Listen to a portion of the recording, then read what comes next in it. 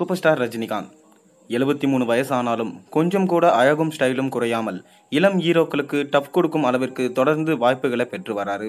கடந்த வருடம் ரஜினி நடிப்பில் வெளிவந்த ஜெயிலர் படத்தோட வெற்றியை தொடர்ந்து தற்போது புது உத்வேகத்தோட அடுத்தடுத்த படங்கள்ல நடிச்சு கொண்டு வராரு. அதிலும் இப்போ நடிக்கும் படங்கள்ல புது ஃபார்முலாவை பயன்படுத்தும் விதமா மாஸ், கிளாஸ் என எதற்கும் முக்கியத்துவம் கொடுக்காமல் இயக்குனர் எதை சொல்கிறாரோ அதை அப்படியே நடித்து கொடுக்கும் அளவுக்கு தயாராகிவிட்டார். அதனால தான் என்னமோ தொடர் வெற்றியை பார்த்து வராரு. அந்த வகையில் சூப்பர் ஸ்டார் நடிப்பில் அடுத்தடுத்து வெளிவர இருக்கும் படங்களையும் அடுத்து அழைக்க போகும் இயக்குனர்கள் பற்றியும் தற்போது நம்ம அந்த தகவலை பார்ப்போம். அதுக்கு முன்னாடி சேனலுக்கு சப்ஸ்கிரைப் பண்ணிட்டு இந்த வீடியோக்கு ஒரு லைக் பண்ணிட்டு வாங்க வீடியோக்குள்ள போகலாம். ஜெய்பீம் இயக்குனர் ஞானவேல் இயக்கத்தில் வேட்டையன் உருவாகிட்டு வருது. இந்த படம் பேன் இந்தியா படமாக இருப்பதனால அமிதாப் பச்சன், ஃபகத் ஃபாசில், மஞ்சு வாரியர், துஷாரா விஜயன், ரித்திகா சிங் மற்றும் பல ஆர்டிஸ்டுகளை வச்சு நடிக்க வச்சிருக்காங்க. இந்த படத்துக்கு அனிருத் இசையமைச்சிருக்காரு. இந்த படத்தோட டிஜிட்டல் ஸ்ட்ரீமிங் உரிமையை அமேசான் பிரைம் வீடியோ வாங்கியிருக்காங்க மற்றும் சேட்டலைட் உரிமையை சன் டிவி வாங்கியிருக்கிறாங்களாம். இந்த படத்தை லைகா நிறுவனம் 160 கோடி பட்ஜெட்டில் தயாரிச்சிருக்காங்க. இதனைத் தொடர்ந்து அக்டோபர் 10 அனைத்து திரையரங்குகளிலும் வெளிவர இருக்கு இந்த படம். அடுத்து கூலி திரைப்படம். லோகேஷ் இயக்கத்தில் ரஜினி கூட்டணி வைத்திருக்கும் கூலி படப்பிடிப்பு ஆந்திராவில் உள்ள விசாகப்பட்டினத்தில் நடைபெற்று வருது. ஆனால் தற்போது மழையில் நனைந்து கொண்டு நடிப்பது போல காட்சிகள் இருப்பதனால செயற்கை மழை மூலமாக ஷூட்டிங் வச்சிருக்காங்க. ஆனால் இது அவருடைய உடல்நிலைக்கு ஒத்துழைக்காததுனால சுடு தண்ணீர் வைத்து அந்த காட்சிகள் எடுக்கப்பட்டிருக்கான்.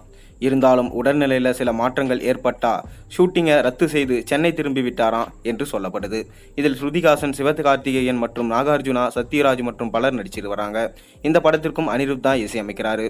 மேலும் ரிலீஸ் தேதியை அடுத்த ஆண்டு அதிகாரப்பூர்வமாக அறிவிப்போடு வெளியிடுவாங்க.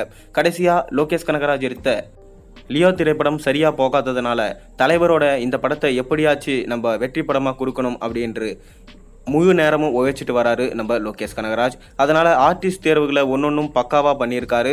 மேலும் இந்த படம் எப்படியாச்சும் வெற்றி படமா கொடுத்துடணும். அதனால இந்த படத்தை எல்சியூல கொண்டு வரக்கூடாது, புதுசா பார்த்தீங்கன்னா ஆர்சியூ என்ற கான்செப்டை உருவாக்கியிருக்காராம் லோகேஷ் கனகராஜ். இதனால கண்டிப்பா இந்த படம் வெற்றி படமா இருக்கும் என இப்போவே பார்த்தீங்கன்னா எல்லா ரசிகர்களும் வெயிட் பண்ணிட்டு வராங்க. கடந்த ஆண்டு நெல்சன் அவர்கள் தான் ரஜினிகாந்தை வெற்றி பாதைக்கு திரும்பி கூட்டிட்டு வந்தாரு. அதாவது நெல்சன் அவர்கள் எடுத்த ஜெயிலர் படம் மிக பெரும் ஹிட் ஆனது. இந்த படத்தில் சூப்பர் ஸ்டார் ரஜினிகாந்தோட சேர்ந்து மோகன்லால், சிவராஜ்குமார் மற்றும் ஜாக்கி ஷெராப் இணைந்து சம்பவம் பண்ணியிருந்தாங்க. கிட்டத்தட்ட 700 கோடிக்கு மேலே வசூலை ஈட்டி இருந்தது. இந்த ஜெயிலர் படத்துக்கு முன்னாடி பார்த்தீங்கன்னா ரஜினி சொல்லுக்கொள்ளும்படி வெறுசா வெற்றி படம் எதுவும் கொடுக்கல.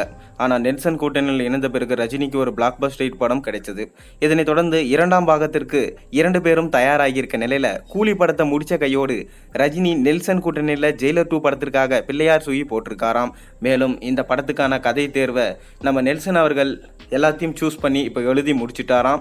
கூடிய விரைவிலே சூப்பர் ஸ்டாரோட பர்த்டே அன்னைக்கு இந்த படத்தோட அனௌன்ஸ்மெண்ட்டை வெளியிடலாம்னு இருக்காங்களாம். மேலும் இந்த படத்தில் சிவராஜ்குமாரும் இருக்காராம், மோகன்லாலும் இருக்காராம். கூடவே ஸ்பெஷல் தகவலா நம்ம பாலகிருஷ்ணா சார், அதாவது பாலையா சாரும் இந்த படத்தில் ஒரு சின்ன கெஸ்ட் அப்பீரியன்ஸில் நடிக்கிறாருன்னு தகவல் வந்திருக்கு. இது எந்த அளவுக்கு உண்மைன்னு தெரியல, அறிவிப்பு வரும்போது தான் தெரியும். வெயிட் பண்ணி பார்ப்போம். அடுத்து தலைவர் 173. புது இயக்குனர்கள் யார் மக்களிடம் பெயர் வாங்கினாலும் அந்த இயக்குனர்களை ரஜினி வச்சு படம் எடுத்துருவாங்க. அப்படிதான் இயக்குனர் ரஞ்சித், நெல்சன், லோகேஷ் இவங்க எல்லாருமே பார்த்தீங்கன்னா ரஜினி வச்சு படம் எடுத்தாங்க. இந்த வரிசையில் தற்போது முளைத்திருக்கும் மாரி செல்வராஜ் அவரும் பார்த்தீங்கன்னா ரஜினிக்கு தூபம் போட்டிருக்காராம். அந்த வகையில் இவருடைய இயக்கத்தில் சமீபத்தில் வெளிவந்த வாகை திரைப்படம் அனைவரையும் கவர்ந்தது. அதோடு ரஜினியும் இந்த படத்தை பாராட்டி வாழ்த்துக்கள் வெளியிட்டிருந்தார். அதைத் தொடர்ந்து மாரி செல்வராஜை ரஜினியும் புகழ்ந்து தள்ளியிருந்தார். அந்த வகையில் ரஜினி மாரி செல்வராஜோட இணைவது கண்டிப்பா இப்ப ஏறக்குறைய பாத்தீங்கன்னா உறுதியாயிருக்கு. அதனால அடுத்த வருஷம் இந்த படத்துக்கான அறிவிப்பு வெளியாகும் சொல்லிட்டு நம்ம எதிர்பார்க்கலாம். அடுத்து தலைவர் 174. என்னதான் புது புது இயக்குனர்கள் என்று வந்தாலும் ஓல்ட் ஈஸ்ட் கோல்ட் என்று சொல்வதற்கு ஏற்ப சில இயக்குனர்கள் ரஜினியோட வெற்றி பாதையை அமைச்சு கொடுத்துருக்காங்க. அதில் ஒருத்தவர் தான் மறக்க முடியாதவர் சங்கர், இன்னொருத்தர் KS ரவிக்குமார். ஃபர்ஸ்ட் சங்கரோட இயக்கத்தில் தலைவர் 174 படத்தில் நடிக்கலான்னு பிளான் பண்ணியிருக்காராம் சூப்பர் ஸ்டார் ரஜினிகாந்த்.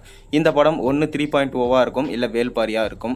ஏற்கனவே சங்கரோட இயக்கத்தில் கடைசியாக வந்த 2.0 மிக பெரும் வெற்றி பெற்றாலும் விமர்சன ரீதியாக சில சறுக்கல்களை சந்திச்சது. ஏன்னா ராஜமௌலி எடுத்த பாகுபலி 2 வெற்றி பாதை எந்த அளவுக்கு இருந்துச்சு பிரபாஸுக்குன்னு சொல்லிட்டு எல்லாருக்கும் தெரியும். அந்த அளவுக்கு பார்த்தீங்கன்னா அந்த படத்தில் வந்த வசூலும் சரி விமர்சனமும் சரி 2.0க்கு கிடைக்கல. வசூலில் என்னதான் 2.0 மிஞ்ச முடியாமல் இருந்தாலும் ஆனாலும் ஒரு சின்ன சறுக்கல் இருக்க தான் செஞ்சிச்சு. அதோட இப்போ எடுத்த இந்தியன் 2 படம் மிக பெரும் சறுக்கலாக போச்சு. அதை காரணம் காட்டி பார்த்தீங்கன்னா சூப்பர் ஸ்டார் ரஜினிகாந்தோட இணைய முடியாமல் இருக்காரு நம்ம ஷங்கர். ஆனால் super star Rajinikanth green signal கொடுத்ததுனால கண்டிப்பாக இந்த படம் இணையப்படும். கண்டிப்பாக ஷங்கரோட ஒரு படம் இருக்குது. அது 3.0 இருக்கலாம், இல்லை வேல்பாரியாக இருக்கலாம். அஃபிஷியல் அனௌன்ஸ்மெண்ட் வரும்போது நமக்கு தெரியும். அதை தொடர்ந்து பார்த்தீங்கன்னா தலைவர் 175 நம்ம சூப்பர் ஸ்டாருக்கு நிறைய வெற்றி படங்கள் கொடுத்த இயக்குனர்னா அது KS ரவிக்குமார். இவர் தான் பார்த்தீங்கன்னா தலைவருடைய 175வது படத்தை எடுக்க போகிறாரு. ஏற்கனவே ராணா என்ற படத்தை எடுக்கும் முனைப்பில் இருந்தார் KS ரவிக்குமார். ஆனால் சூப்பர் ஸ்டார் ரஜினிகாந்துக்கு உடல்நிலை சரியில்லாமல் போனதுனால அந்த படத்தை அப்படியே ட்ராப் பண்ணிட்டாங்க. கடைசியாக இவருடைய இயக்கத்தில் வெளிவந்திருந்த திரைப்படம் லிங்கா. ஆனால் சொல்லிக்கொள்ளும்படி அந்த படம் வெற்றி படமாக அமையாததுனால சூப்பர் ஸ்டார் ரஜினிகாந்தே அவருடைய சேலரியை கொடுத்துருந்தாரு. இதனால் இவங்க 2 பேரும் இணையும் ப்ராஜெக்ட் மிஸ் ஆகிக்கொண்டே வந்தது. இப்போ இதற்காக பார்த்தீங்கன்னா சூப்பர் ஸ்டார் ரஜினிகாந்திடம் KS ரவிக்குமார் ஒரு கதையை சொல்லியிருக்காராம். இந்த கதை மிகவும் பிடிச்சு போகவே கண்டிப்பாக பார்த்தீங்கன்னா சூப்பர் ஸ்டார் ரஜினிகாந்தோட KS ரவிக்குமார் இணைவார் என்று எதிர்பார்க்கப்படுது. என்னதான் KS ரவிக்குமார் ஃபார்ம் அவுட் ஆன இயக்குனராக இருந்தாலும் அவர் சூப்பர் ஸ்டார் ரஜினிகாந்துக்கு நிறைய நல்ல படங்களை கொடுத்துருக்காரு. அதை மனசில் வச்சு தான் பார்த்தீங்கன்னா சூப்பர் ஸ்டார் ரஜினிகாந்த் KS ரவிக்குமாருக்கு வாய்ப்பு தரப்போகிறாராம். பொறுத்திருந்து பார்ப்போம். இந்த லைனப்ஸில் சில மாற்றங்கள் இருக்கலாம். அது என்னன்னு பார்க்கும்போது தான் தெரியும். அஃபிஷியல் அனௌன்ஸ்மெண்ட் வரும். நீங்கள் எந்த படத்துக்காக வெயிட் பண்ணுறீங்கன்றதை மறக்காமல் கீழே கமெண்ட்டில் சொல்லுங்கள். சேனலுக்கு சப்ஸ்கிரைப் பண்ணுங்கள், லைக் பண்ணுங்கள், பெல் ஐக்கனை ப்ரெஸ் பண்ணுங்கள்.